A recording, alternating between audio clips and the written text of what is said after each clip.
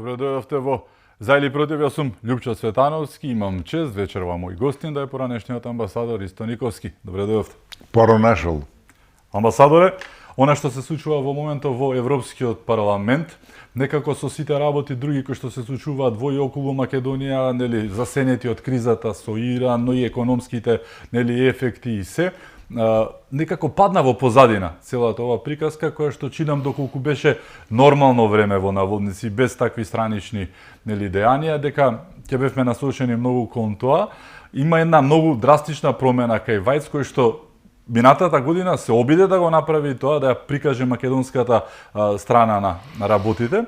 Најде на тоа што најде и не заврши баш славно работата. Да, точно. Годинава имаме една еволуција кај него. Предпоставувам дека после уште една цела година, гледајќи што прават бугарите, и последните оние 120-тина амандмани особено што ги дадоа, сега имаме еден конкретен, нели, момент кај него, зборуваме за се фати за протоколите, реалниот проблем во целата онаа приказка наречена француски предлог и она, да не ги речам дивајлите што го подпишаа во 22-та година. Махинации, она кукавичје јајце што го оставија така на Македонија. Вие пишувавте во два наврати на оваа тема, први ни за Вајца, потоа објаснивте во детали каде се сите проблеми и, да не речам народски зафрканци, манипулации кои што ќе ни се удираат од глава во текот на сите овие години што следуваат, доколку не дај Боже се прифати тоа како што е напишано.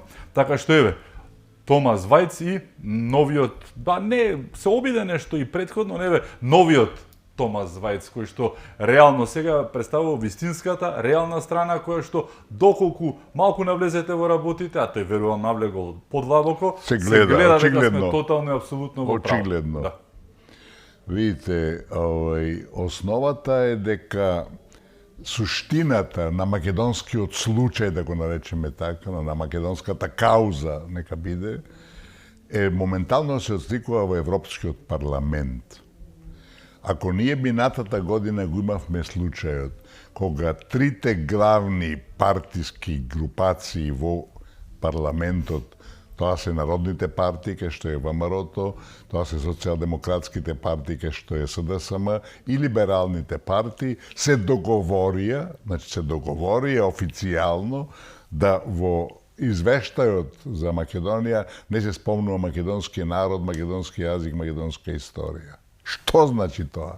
Тоа покажува дека тој проблем апсолутно не е бугарски, не е грчки, туку е светски, белосветски. Всушност, не може Бугарија и Грција да го наметнат тоа, еве да одиме подалеку во Европскиот парламент, дека не постоиме.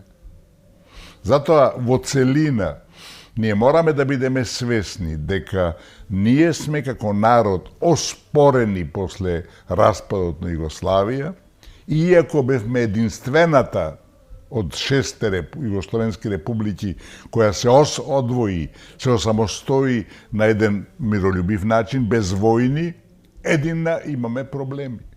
Така.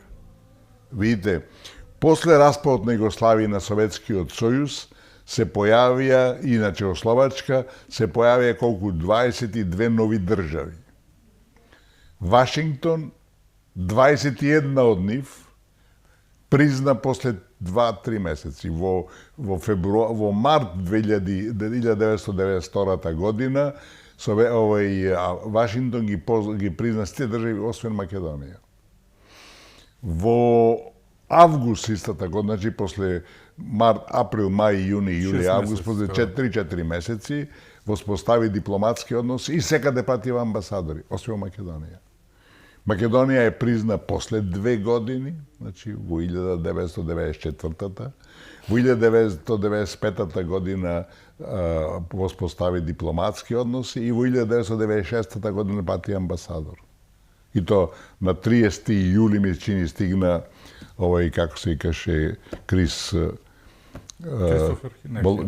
Хил, да. Кристофер Хил. Тоа е најјасниот показател што е што. Затоа што признавањето на додадена држава е техничко прашање, освен ако нема проблеми. Во конкретниот случај имаше проблеми. Воспоставување дипломатски односи е техничко прашање. Праќање на амбасадор е техничко прашање. Во колку, велам, во сите тие трансакции или акции нема проблеми. Значи, тука имаше проблеми. И велам, и тоа се рефлектира до ден денешен. Ние не треба да се залажуваме дека Грција не прекрсти, дека Бугарија сака да не бугаризира. Сценариото не е нивно. Тие имаат своји историски синдроми, своји историски фантазмагории, своји историски будалштини, ако сакате, разбирате, не признавајќи македонски народ, македонски јазик, македонска историја и така натака. Меѓутоа, тие немаат сила да го тоа наметнат. Да не одиме подалеку, самиот факт дека во Советот за безбедност на Обединените нации, игнорирајќи го уставот, повелбата на Обединените нации, нам ни беше на крајно нелегален начин суспендирано името. Тоа никој нема право. Никој не може, и тоа дека нити Грција, нити Бугарија бе членки на Советот за безбедност и се знае кој доминира со него и кој манипулира. И тој период, значи, кога почетокот на 90-те години, кога Македонија беше на тапет, да речеме, Руската федерација, после распад на Советскиот сојуз, беше во хаос, беше пред банкрот и така натака, и на меѓународна сцена ја немаше. Да беше таа јака, да беше таа во една нормална своја позиција, може би ќе помогнеше, но таа немаше сила, разбирате. Така да Македонија беше онеправдана на еден невиден начин. Велам, сето тоа сега на еден едноставен начин се гледа и се рефлектира во Европскиот парламент. Иначе самиот Вајц, очигледно минатата година, го истражувал случајот, се интересирал што се случува и видел дека Македонија е тероризирана, игнорирана од Европската Унија веќе колку, речи да не речам 40 години веќе биде скоро, преку 35 години. И очигледно човекот е чесен и добронамерен и сваќа дека тука има некои манипулации, малверзации кои до тоа водат. И повајајќи од тоа, тој сватил дека суштината е во вториот протокол, кој де факто е на некој начин символот на нашите, да речам, несреќи моментално, голготи, како сакат да ги наречеме, дека тоа е нашата главна пречка, бидејќи, велам, промената на уставот е само еден символ на блокадите, и јас го повторам тоа паќе го кажам, утре да го промениме уставот, заутре тоа да важи. И Македонија пред 3 месеца да ги води пред преговорите, да ги заврши, ништо нема да постигнеме.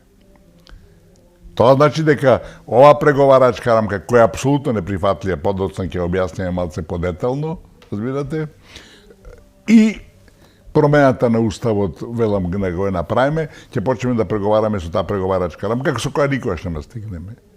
Таа рамка направена за да не може да мрдне. Таа рамка е така направена да ние преговараме со Софија, не со Брисел. Лед во место, Стефановски. Лед во место и тоа лед во место без шанса да мрднеш. И велам, ето така да ги завршиме преговорите за 3 месеци, 6 месеци, што е апсолутно надвор од умот. И што мислите вие?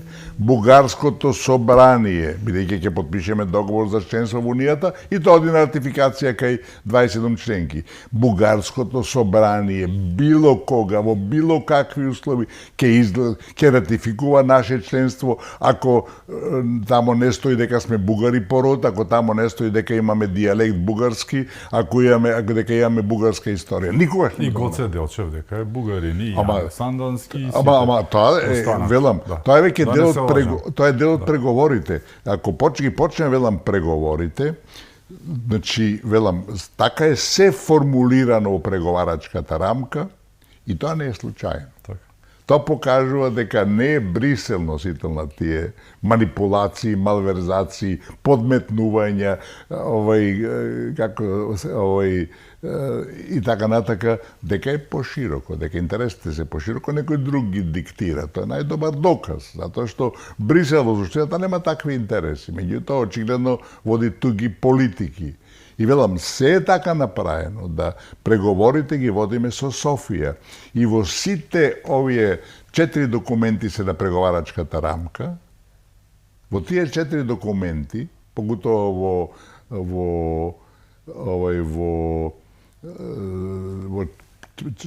не е тоа член, него е во бројот 4, во 5 да го кажеме, во преговарачка рамката стои дека клучен е вториот протокол, кој не бил уште подпишан, бидејќи рамката е претходно усвоена, разбирате, и дека протоколот втор и тие кои што треба да следат ќе бидат клучни за место Копенхашките критериуми за верификацијата на македонската подготвеност да биде членка на Унијата. А што значат тие протоколи? Тоа значи дека клучни ќе бидат резултатите на историската комисија во Бугарија. Тие ќе ни дадат пас или нема да ни дадат пас? А каков пас ќе ни дадат? Тие ако ние не прифатиме дека Гоце Делчев, дека Илинденското востание, сите македонски дејци дека се бугари. Мислам, тоа е така направено, а нашите забегани, примитивци, мизери, како сакате ги речеме, да употреби потежи такова, се согласни со таа преговарачка рамка. И знаете што најинтересно во тоа? Преговарачката рамка е документ кој го подготвува Брисел. Тоа е нивно право, тие ја формулираат преговарачката рамка и тоа е тоа. Таа е директно поврзана. Клучни за преговарачката рамка е вториот протокол. Формално правно, вториот протокол и преговарачката рамка нема никаква врска. Вториот протокол е договор, односно записник, кој го подпишале двете комисии на меѓувладин состанок, кој треба да го реализира, да го анализира спроведувањето на договорот. Тие значи се еден билатерален чин, а во Европската Унија никаква врска нема. Меѓутоа, бидејќи нашите, видите, нема друг избор, друг изад колку преддавници, прифатиле во рамката да има промена на Уставот, и се промената на Уставот е прифатиле, а без никаква согласие од државата, без никаков мандат. Знаете, има фиксна, стриктна уставна процедура за промена на Уставот. Тие никој не може надвор од тоа да постапува, а овие никаква врска немаат со тоа. Бидејќи може само председател на државата, владата, најмалку 30 пратеници или 150.000 граѓани да покренат иницијатива за промена на Уставот. А тамо некои Буер Османи без никаков мандат подпишал втор протокол за промена на Уставот. Лекар, кој што не разбира ништо од тоа што го подпишал. Не, разбирам. Он не е глуп. Меѓутоа, он е донесен. Прво, да не забораваме еден ноторен факт кој покажува се. Во ниедно наше министерство нити имало, нити ќе има министер и заменик албанци. Единствено, тоа беше случај во тој период со Министерството на дворешни работи, а клучните проблеми, суштината, фундаменталните предизвици наши се дипломатски. Треба се решаваат преку дипломатијата. А таму имаме двајца албанци. А неговата заменичка беше некоја од некој основно училиште донесена, која немаше појма, мислам. Немаше појма. И се ти де факто ги донесува, а се знае странците. А нашите послушници, тоа го голта. Кој полесно ќе ги продаде македонските интереси, колку албанец.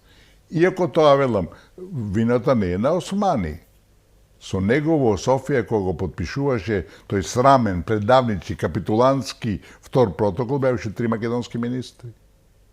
Затоа стоеше македонската влада, во која сепак, во тој период, ако нека не биде преку 50% беа македонци, премиерот беше македонец, разбирате. Така да, сето тоа е подметнато, кукавички јајца се тоа, меѓутоа, вината е наша. Значи, ние сме согласни за таа рамка, која е катастрофална. И сега, бидејќи промената на Уставот, која веќе влезена на 30. јуни 22 година, рамката е веќе формализирана, 30 јуни 22. Во која вели промена на уставот, се спомнува вториот протокол. Вториот протокол е потпишан после 17 дена. Разбирате? Гледаш, таа манипулација невидена. Зашто? Затоа што бугарите ја променеа својата тактика и политика. Политиката не е него својата тактика дека не можат да не избишат како народ преку тој објаснувачки меморандум дека ние сме бугари породи така натака и тргна Радев по човекови права. Човекови права, промена на уставот, дале 220 викаат 1000 пасоши, некој вика дека се 100.000, не е важно. 220.000 по 3 члена на семејството, кој едниот бил бугарин, сите се бугари. Значи, 600.000. Со тоа ќе прават режимо држава. Окритиот рамковен договор ќе биде играчка. Значи, на таа карта се игра, меѓутоа, за да ти за да се наметне промена на уставот, мора да има наша согласност. И се како да направи таа наша согласност, велам, а веќе влезе на уставот, нашите дали согласност за тоа, може да се направи само преку вториот протокол со Бугарија. И тамо главната точка е промена на уставот. Иако имаше 10-15 наши обврски, што тоа покажува дека не е ревизија на договорот меѓусебен, него дека е тоа нов договор де факто, кој мора да биде ратификуван. Значи, според тоа не е ратификуван, не е важечки. Значи, ние, за да го оправдаме тој претходен чекор, правиме нов криминал де факто. Во преговарачката во вториот протокол внесуваме дека ќе го менуваме уставот, кој претходно пред 17 дена веќе евидентиран и метнат во преговарачката рамка. Велам, таков криминал во кој мора да се заинтересира и јавното обвинителство и тие извршители кои длабоко ги злоупотребиле своите службени должности и ја уништиле де факто ова наша држава, мора да одговара. Ако се сеќавате, тогашниот председател до последен момент на потпишувањето тврдеше дека тој не го видел, за да потоа изјави дека учествува во неговото создавање. Па ова ако не е за јавното обвинителство, за кого е? Допрен глас да проверат, нели? Апсолутно се согласувам. Ја лажал собствената јавност, македонската јавност, човекот избран нели од сите наводно, иако знаеме како беа и тие избори, колку беше и тој избран, колку 2017-та локалните беа локални, се заврши со таа 2020-та, кога исто беа катастрофа изборите, нема благе везе што вика народот со тоа што беше реалност, за да се случи реално со првите избори кои што беа со фингерпринт методата, со точка. Тогаш се виде вистината дека некои 3 избори поред лажел бидејќи беа тотално нелогични. Тој председател исто така треба нели да покаже нешто. Макар бил сидро како што викаше. И тоа не е само едина причина да одговара, има и друга. Има и други причини, велам, со изјави кои се апсолутно нереални, несоодветни нашите интереси, а тој како председател не може така да си игра со државата, велам. Она со Бојко ќе му го простиме кога љубов му изразуваше тоа, нели? Тоа беше глупост, тоа обична глупост беше тоа, али фатена. Да останеше на тоа, ама фатена, ама страшно. Знаете, луѓе го забораваат дека сега нема ништо скришно, дека све се снима, све какви разговори, све, нели, Нулан што разговараше на времето со амбасадорот американски во Киев, која вели пуштете го Европската унија, нека крши глава и така натака. Сега им читаат од устните многу. Све се снима, да се разбереме. Денеска таа електроника е толку развиена да нема ништо случајно, дека ништо не можеш да скриеш. И тоа е добро. Велам, добро е во крајна линија да се откријат сите злодела, да сите злослужба се откријат. И велам, да се вратиме пак на Вајц и на случајов, значи, човекот свати дека вториот протокол е клучот по многу што, кој ја врзува Македонија, го побара оно од правната служба на Европскиот совет, значи врвото тело на Европската унија, да се изјасни за контрадикторностите во тој протокол, меѓутоа се разбереме. Тој втор протокол нема никаква врска со Европската унија, освен нашето подметнување за промет на уставот кој, нели, сами се залетавме, па моравме да му најдеме начин да го официализираме. И тоа ќе заврши, мислам, нема надлежност. Ќе речат, слушајте, вториот протокол е документ меѓу Македонија и Бугарија, резултат на договорот за непријателство, како што го нарекувам јас, према член 12 има меѓувладина комисија која еднаш годишно мора, значи, обврска еднаш годишно да заседава, да прави протоколи, записници или прегледи, како што се викаат, што се спомнуваат во преговарачката рамка, само околу спроведувањето на договорот и евентуално за непријателство и евентуални проблеми ако се појават. Ништо повеќе надвор од тоа, разбирате. Така да, одговорот на справната служба на Европската Унија ќе биде, тоа не е наша надлежност, тоа е билатерален договор, за тоа одговараат двете држави и ако имате проблеми, јавете се кај ни. Така да, велам, неговиот потек е така еден крик од пустињата, од една, велам, револтирање човекот од начинот на кој не третира Европската Унија. Так. И за една дигресија која се земе, мислам, во Македонија, се уште преку 70% према последните анкети се за Европската Унија. Јас сум за Европската Унија. Европската Унија е цивилизацијско достигнување кое ќе опстои и понатака и покрај сите сегашни хаос во кој минува Унијата, една апсолутна изгубеност во Вселената и така натака, меѓутоа тоа ќе опстане, разбирате. Значи тоа не е спорно. Меѓутоа нашиот народ, велам, со право сака да биде таму, меѓутоа кој ќе се земе во преди што ни прави Европската Унија? Како не третира? Па велам и 5% да бидат за Европската Унија ќе биде многу. Амбасадоре, ако гледаме од друга страна, точно да, 70% се за ЕУ, но анкетите исто така велеа дека 80% од македонците се против промена на уставот и внос на бугарите. Тука секоја цена влез Европска унија, а заедно значи македонци, албанци беа околу 70%. Сите заедно македонски граѓани, на сите име претпоставувам преку глава од бугарите и велеа не, така што ако 70% се за, ама тие велат не така. Не по секоја цена. Со тоа сме се оправдале до некаде, меѓутоа велам, све заедно тој процент кога веќе да даваш, велам, јас сум за Европската унија и апсолутно треба да направиме све да влеземе, меѓутоа не по секоја цена, некако аморфна маса, некако бугари пород. Некако СДС. Некако како што го прави СДС. Така да, велам, и политиката на СДС која продолжува и ден денес, покрај се, и се уште не им е јасно дека Македонија не сме да го менува уставот. Нека се прашаат само, а зошто Бугарија ултимативно бара да го промениме уставот? Зашто? Значи, има причина. И таа причина не може да биде било каква, нели, периферна и неважна. Нивната цел е, тие не укрија тоа. Ако велат дека ние сме бугари по род и дека не признаа во 1992 година на 15 јануари како Македонија како независна држава не призна како втора бугарска држава. Ти утреента го објави тоа.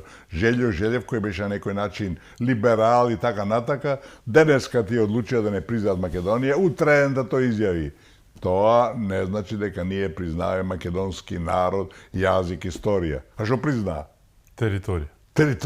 Призна втора бугарска држава, со други зборови.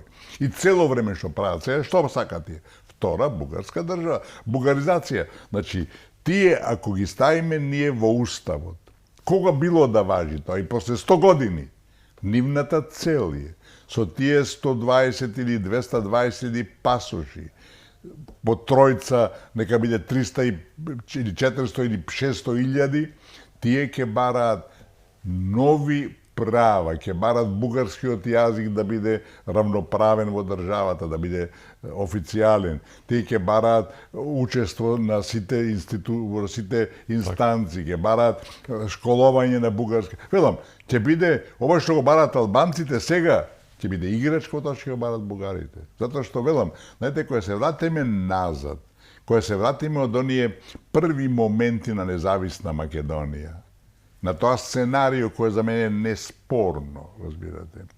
Јасно е дека целта на главниот меѓународен фактор е еден дел бугаризација на Македонија, и тоа го направија после агресијата од Косово 2001 година со Охридскиот рамковен договор, кога направија нова административна поделба и албанизира на крајно неприфатлив начин делови од државата.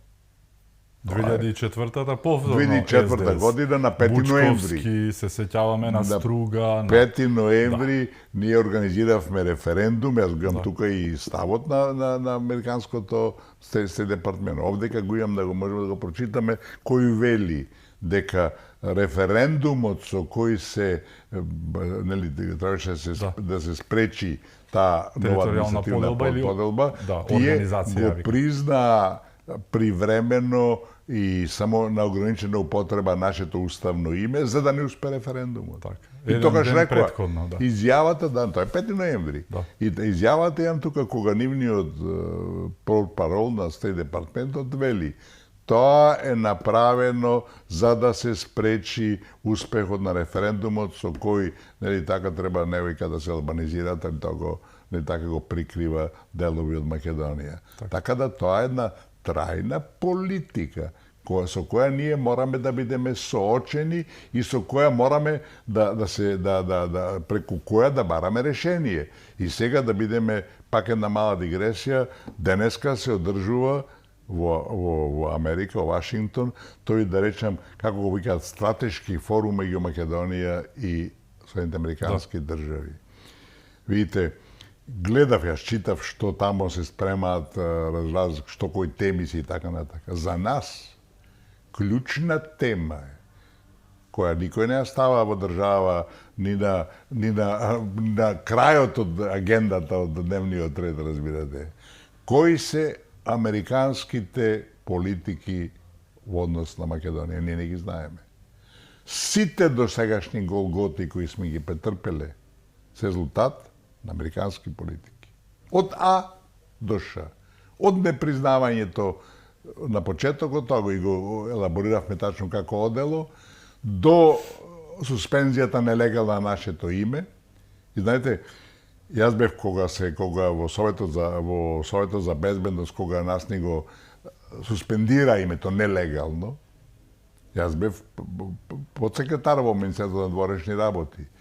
И јас морам да признам дека немавме друг избор, дека и Глигоров и се што тогаш беше прифатено на еден начин, проголтано, беше прифатено. Името, клучот на сите наши подоцношни голготи е токму тоа. Коренот на нашето новодереđе на кој се наоѓаме денеска, на бугаризацијата, на албанизацијата на земјава, се е во таа резолуција 817 на Обединетите нации, кога ни се суспендира уставното и историско име. Да не беше тоа, поинеко ќе се одвиваше, разбирате. Тамо е коренот. Меѓутоа, тогаш немаше излез. Јас прв сметав дека ние алтернатива немаме. Митеран, Мејџер, кои не, американците и тоа, сите американци кои беа експонирани по Македонија рекоа, едини начин, ако сакате државата да опстои, е да го прифатите тоа. А Македонија немаше девизи за 3 месеца да купи нафта. Немаше избор. Значи, и велам, отворено ни беше поставен ултиматум. Или ќе прифатите, или ваша е работата. А ваша е работата, нема ли нафта, све застанува. Значи, готово, мислам, се предаваш без да размислуваш. Ситуацијата те предава, разбирате. Така да тоа беше прифатено, наметнато, ултимативно, силеџиски, како сакат да го кажеме сега, меѓутоа со многу јасна цел да после тоа оди се во насока на бришење на македонците, на затварање на македонското прашање и на некој начин поделба на државата на бугарски дел и на албански дел. Тоа и понатака продолжува и велам, една од главните задачи на нашите во во Вашингтон денеска, иако тоа не им е ни на крај памет, мислам, не фигурира на агендата, да се утврдат што Америка сака од нас, кои се американските последни главни единствени цели во оваа наша држава. Да не разбереме, Вашингтон е стратешки партнер на албанците во регионот. Се што се случува во Албанија, околу Албанија, да не одиме подалеку, независноста на Косово. Беше бомбардиран Белград, надвор сите процедури. Спротивно на бидејќи не може таква мерка да се направи без одлука на Советот за безбедност. Немаше. Олбрајт, тогашната државна секретарка, која беше носител на тој проект, после тоа изјави, вика, независноста на Косово беше нелегална, али беше корисна. Ако така правиме, мислам, нема крај. Секој кој сака ќе прави, че тоа беше нелегално, беше неприфатливо, ама беше корисно. Нема, тоа е веќе хаос, тоа веќе нема ред и поредок, нели така? Велам, така да во целата таа ситуација и сите овие процедури кои се случуваат и во Европскиот парламент и со Вајц. Да. Дали таму може да се промени нешто? Дали Вајц ова што го кажува, пишува, назначува и го бара, дали може нешто да промени за нас, бидејќи искрено, јас мислам дека европјаните, особено Европарламентот е јадрото на демократијата во Европа, иако да и тие партиски гласаат. И не само тоа, нема никакво влијание. Тоа е проблемот, можеби, но мислам дека сите знаат што ни прави Бугарија и дека ова е она што го прави Вајц одглас на тамошното расположение. Знаа дека Бугарија нели не го прави тоа што не го прави, тој многу јасно вели дека доколку протоколот содржи идентитетско-политички услови, толкување на историја, лингвистика, квалификација, содржина на учебници, ова може да биде во конфликт со заштитата на македонскиот национален идентитет и јазик, што самата ЕУ постојано го признава и потенцира. Ниту една друга кандидатура за пристапување не е оптоварена со овакви барања за идентитетско-политички прашања. Се вели во неговиот non-paper. Што повеќе, нели, од ова да каже некој? Мислам, јасно, прецизно и јасно. Да. Лјупчо, во суштината, тоа не е проблем на Брисел, тоа е наш проблем. Ние сме го дозволиле, ние сме дале согласно за промена на уставот и ние само може да го повлечеме тоа. Значи, во животот, во праксата, било каде, било кога, ако се договориме ние двајца утре се најдеме, да одиме во кино, или ќе одиме, или ти или јас ќе го откажеме тоа. Трето нема. Не може се договориме и јас не доаѓам или ти не доаѓаш и чекај, на што личи тоа? Велам, ние сме прифатиле, ние можеме да го одложиме. Не само што мораме да го откажеме, што можеме, него мораме да го откажеме. Тие работи се неприфатливи. Тие навлегуваат во суштинските интереси, фундаментални интереси на македонскиот народ. Излезот е, пак ќе се вратиме на тој втор протокол, кој е записник и чие откажување со една нота. Со една нота. Македонија може да ги информира грците, бугарите, дека прво тој протокол не е ратификуван, бидејќи тој протокол е нов договор. Точката 3 од тој протокол регистрира десетина наши нови обврски. Покрај промената на уставот, која никој не можел да ја даде, од наша страна, која е нелегална тотално, покрај сите тие отварање на тајни документи, не знам, се тоа, учебниците и сето тоа, се тоа нови наши обврски. Значи, ние или ќе ги исполниме нив, или ќе ги откажеме. Да ги исполниме нема основи, да ги тоа никој не го ратификувал. Значи, немаме таква обврска суштински. И изгледот е да се откаже вториот протокол. Протоколот е меѓународните договори, не се библии. Дипломатска рутина е меѓународен договор да се откаже. Америка го откажа договорот за климата од Париз, го откажа договорот за иранската нуклеарна програма, што резултира сега со оваа војна, го откажа TPP, Trans-Pacific Partnership трговски договор со 12 земји од далекиот исток, кој ги потпиша нивниот председател предходен. Ги откажа. Никому ништо. Ова е протокол. Тоа е Америка, ние не можеме. Ама не можеме. Да. Или си држава, или не си држава. Значи можеме да го направиме. Не се можеме, него и мораме. Так. А велам, а не се работи за договор. Прегрска рековме, и самиот договор за непријателство има една од клучните обврски. Меѓувладина комисија еднаш годично да се среќава и да врши анализа.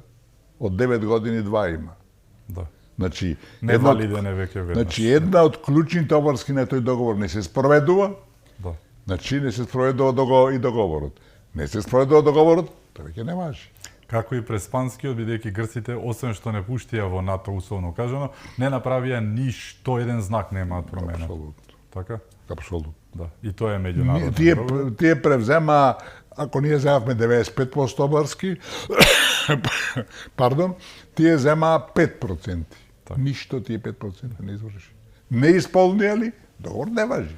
Амбасадоре, што бива со оние нашите наречници, оние кои што предвидуваат библиска апокалипса и дека нема да има утре доколку такво нешто се случи, оние така наречени експерти, ги имаше порано како нели печурки под дожд, па како снема пари пропадна и USAID и се малку стиши, ама пак од време на време нели ќе се пројават, ќе проџавкаат нешто оние експертските џукели да ги наречам, да ми простат, ама такви се преку нели се што поминавме после се, но еве пак ќе кажат не може, тоа е невозможно, така нели дефетистички, она старото македонско што да правиш, што ќе правиш, тоа ти е, така ни било пишано.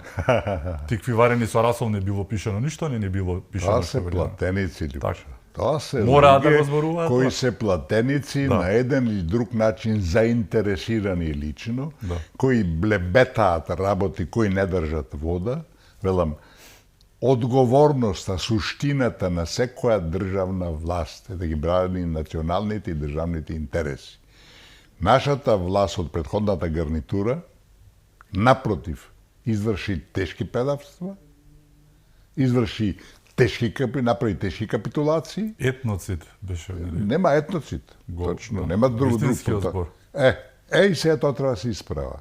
Да не си во чевлите на оваа власт, меѓутоа велам, тие почнаа добро, почнаа со промена на вокабуларот кој беше катастрофален и тоа е позитивно.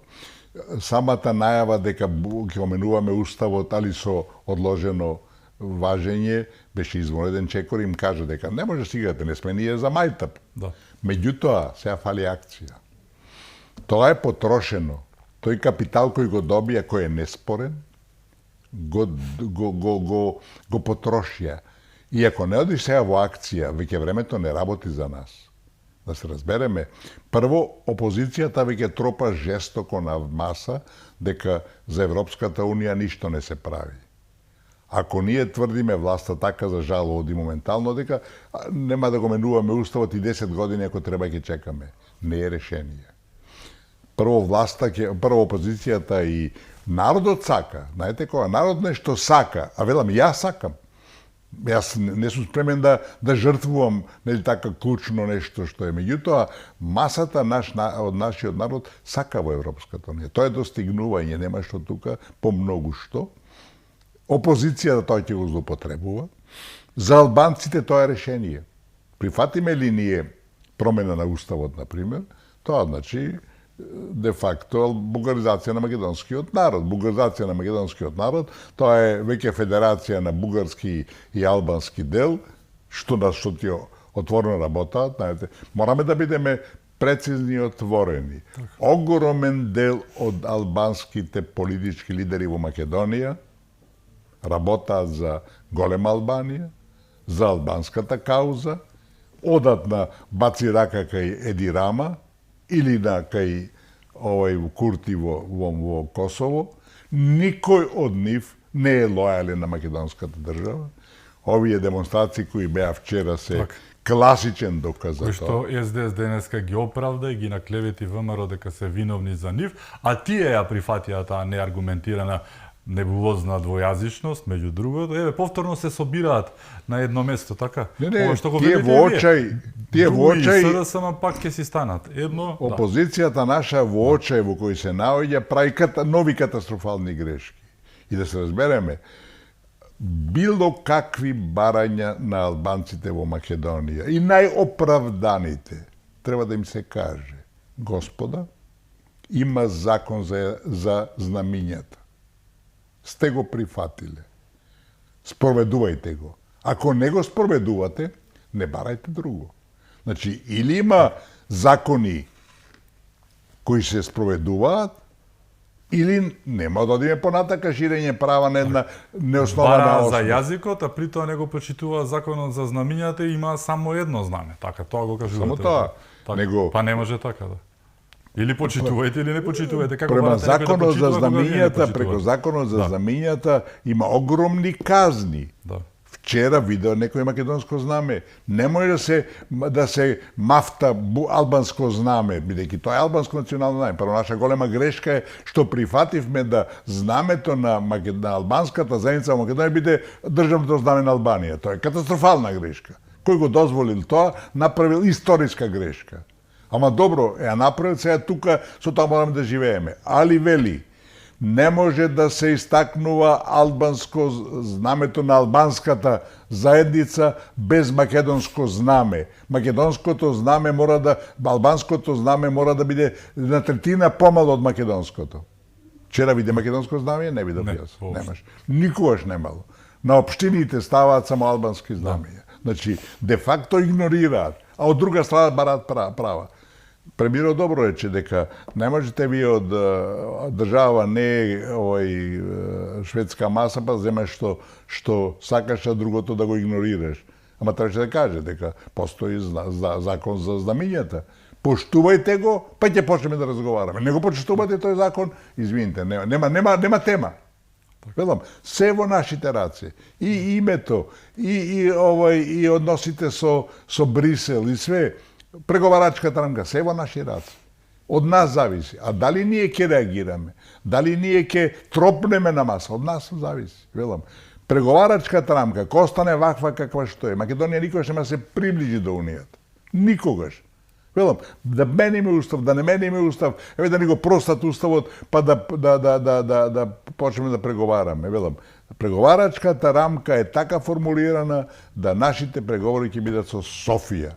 А Софија нема никогаш, уште следните 100 години најмалце, нема да ја промени својата политика, дека ние не постоиме како народ, или сме бугари, и да се збереме, јас сум роден 42 година, че јас сум бугари, внимавај. Внимавај како ми се однесуваш. Внимавај како ми се однесуваш. Значи, до 45-та година, значи, татко ми, дедо ми, а јас ги памтам и татко ми, дедо ми, фала Богу. Сите биле бугари. Па не беа. Велам, значи, ние мораме да се избориме и да ги расчистиме пред се односите со Бугарија. Со откажување на вториот протокол, ние ја отвараме таа траекторија, тој пат на расчистување и ако не ги поставиме односите на реципрочна основа. Тамо македонци, кај нас бугари, Македонија нема европска перспектива. Тоа е факт. И се од нас зависи. И велам, а да тргнеме во таа насока, потребна е акција. Целата реторика, све што направи новата влада до сега беше позитивно. Така, но и реципроцитетот што го бараат, ова е прва влада која што бара реципроцитет со бугарите, особено за македонското прашање. Македонците во Бугарија 14 пресуди 17 се вкупно, ама 14 како реализирани, има многу војби. Да. И јас мислам често пати, меѓутоа јас проверив во судот во како се вика во Страсбург, 17. Така. Да.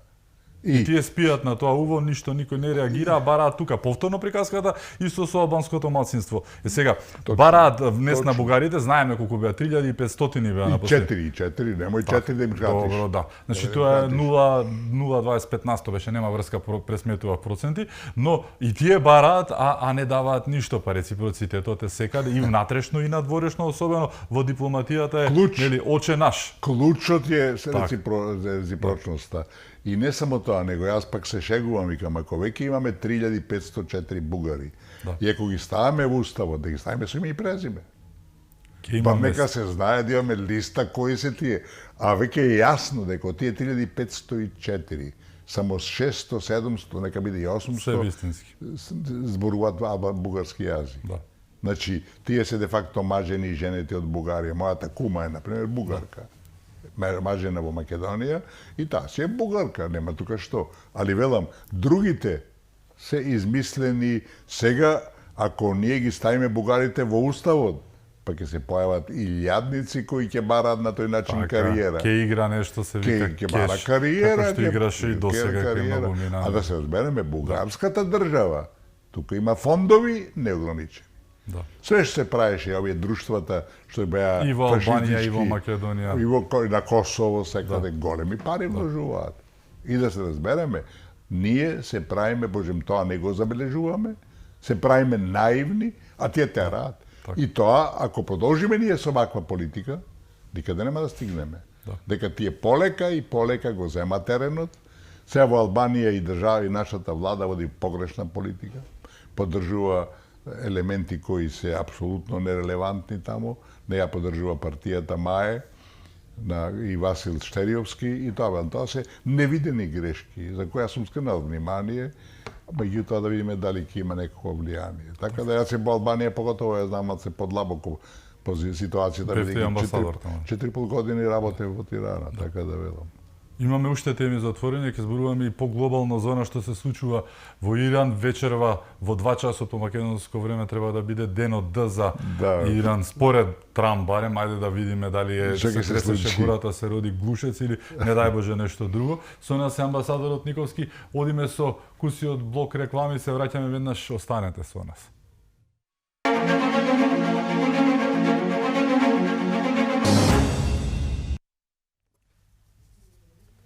Се враќаме во За или против. Мој гостин е амбасадорот Ристо Николски. Амбасадоре, онакон што е свртен целиот свет во моментов е оној ултиматум на Доналд Трамп, американскиот претседател, кој што даде ултиматум, тоа ќе биде во 2 часот по македонско време, инако е 8 по америчко навечер, PM би рекле, нели?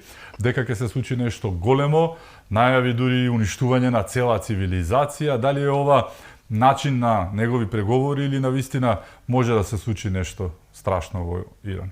Во основата ова е политички тероризам. Нема друг збор. Исто што се случи во Венецуела, нема друг збор. Очигледно се пресмета овој Трамп и Америка во однос на Иран. Тоа е цивилизација од 5.000 години. Не е Венецуела. Не можеш така преку ноги да промени се.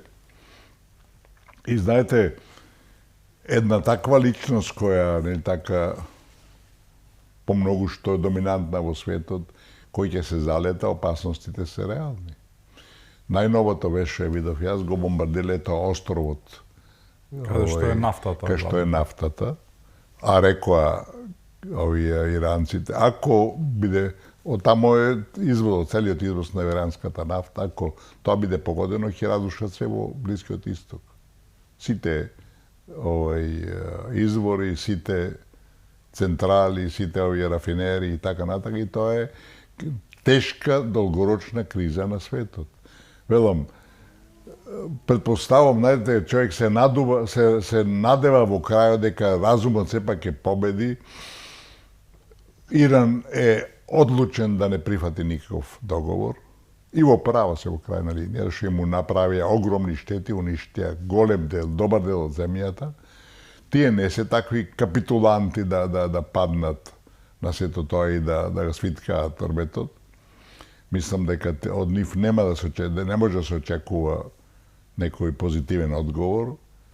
А дали Трамп ќе продолжи, ќе оди до крај, велам, мислам дека нема катаклизма да биде, али близко на катаклизма. Што би било одење до крај според вас? Копнена инвазија? Да почне да бомбардира нафтени извори, да го уништи ова островото, главниот, најголемиот мост го веќе го оштети, мислам, го направи неупотребливи.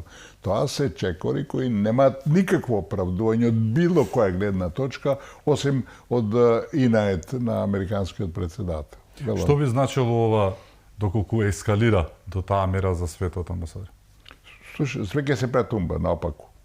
Еве сега веќе енергетската криза е надвисната. Енергетската криза надвисната, кај нас веќе јавија, нели беше планирано да биде околу 3% инфлацијата, ве рекоа 4,5 и 5. Ако продолжи ќе биде 10. Тоа значи све е upside down, што викате американците, све ќе биде наопаку поставено, така да последиците се, мелам, со една играчка на еден американски председател, последиците се за секој човек на земјата, на земјата, на планетата Земја. Така да, мелам, невидени пропорции ќе земе тоа. Јас сум секогаш оптимист и секогаш се надевам дека мудроста и памета ќе победат. Не сум сигурен во случајов, али опасностите се навистина невидени и самото бомбардирање на островот, не знаеме колкави биле тие штети што се направени на иранскиот нафтен остров, тие веќе ќе предизвикаат одговор на Иран, а ако овие продолжат после 2 сатот, нели така, овие ќе вратат. И ако ги уништат тие енергетски извори и рафинерии на Блискиот Исток, а 20% од нафтата, тоа веќе потврден факт, доаѓа од тамо, значи светот ќе биде во една небрана, ќе биде во небрано, ќе се најде во небрано и решенијата ќе бидат, велам, сите просто невозможни. Нема опција друга. Да се надеваме дека нема да дојде до тоа, но еве за крај, ова е вашата последна книга, се вика Македонска дипломатска рапсодија. Последно, вие работите уште и на други книги. Вие не застанувате, добро знам, но еве накусо за книгата, што содржи Македонска дипломатска рапсодија? Тоа е еден букет од некако од повеќе теми.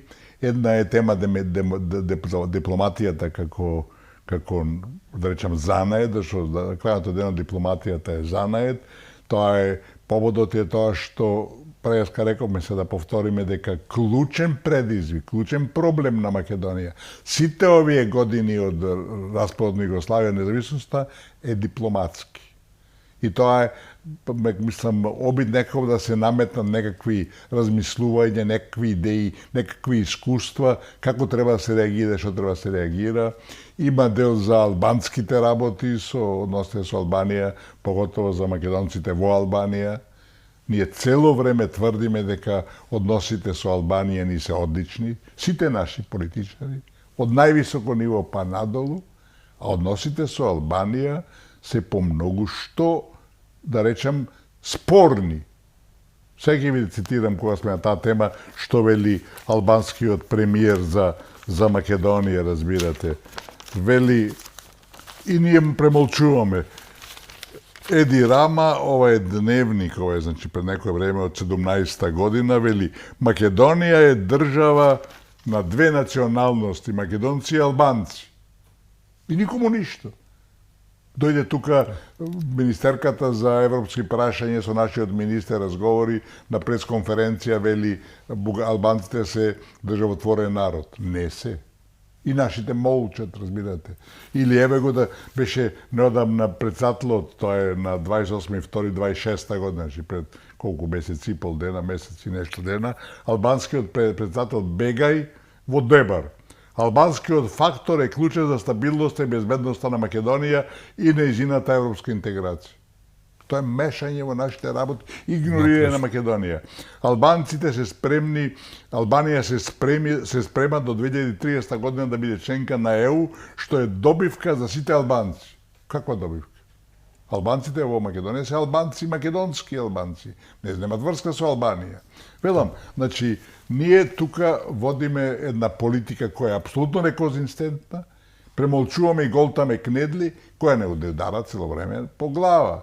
Така да велам и околу тоа има искуства позитивни, дипломатски, од кои треба да се учи. Така да велам еден букет и самиот наслов на рапсодија е малце уметнички, така да велам, интересно четиво е, мислам дека и секој што ќе го чита ќе ги прошири своите разбирања и за околу нашата дипломатска позиција, околу нашите дипломатски постигнувања кои не се за жал бројни и нашите грешки и недоследности, а велам во принцип ќе повторам, дипломатијата е занает и тоа не сме се негира, а се негира кај нас. И едно од главните наравученија е дека бидејќи македонскиот клучен проблем е дипломатски, треба да се зајакнува нашето Министерство за надворешни работи, многу што сега е политизирано и со политички војници таму, и клучното од се е дека решавање тие наши предизвици кои се во основата дипломатски не можеме сами да го избориме, што проблемите се нема соодветни во светот, дека мораме да бараме експерти од странство, со нивна помош да се бориме, што сами не можеме да успееме. Ќе потсетам дека Охридскиот рамковен договор кога се подпишуваше, ние имаме разни фрчковци таму кои изиграваа експерти, албанците од Македонија имаа странски експерти кои и доведоа така да самиот Охридски рамковен договор биде помногу што неприфатлив и штетен за целината на македонските интереси. Ви благодарам што бевте гостин, ви посакувам уште многу книги да благодарам. Покажеме на јавноста. Ви благодарам уште еднаш. Ми беше големо задоволство. Ми беше чест. Ви благодарам и вам што бевте со нас, да сте ни живи и здрави и секако чувајте се многу.